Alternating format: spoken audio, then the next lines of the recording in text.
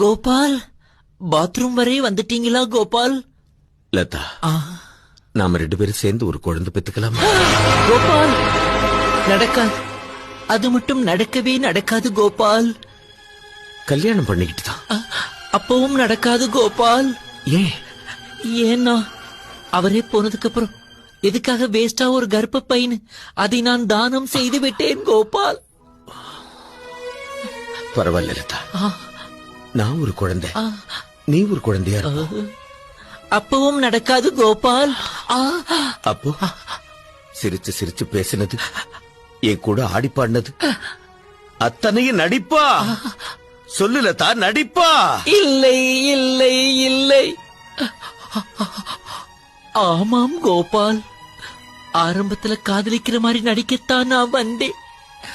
கொஞ்சம் நடிக்கவும் செய்தேன் கோபால்.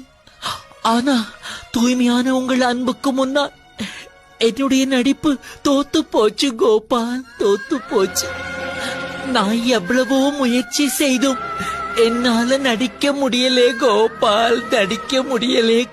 இப்பவும் நான் சொல்றேன் கோபால், என் உள்ளத்திலே அவரை தவிர வேறு யாருக்கும் இடமில்லை. நீங்க வாங்கி தருகிற வீடுகள், பொருட்கள் எல்லாம் நான் வச்சுக்கிறேன். ஆனா என்ன நீங்க வச்சுக்க முடியாது கோபால், வச்சுக்க முடியாது கோபால்.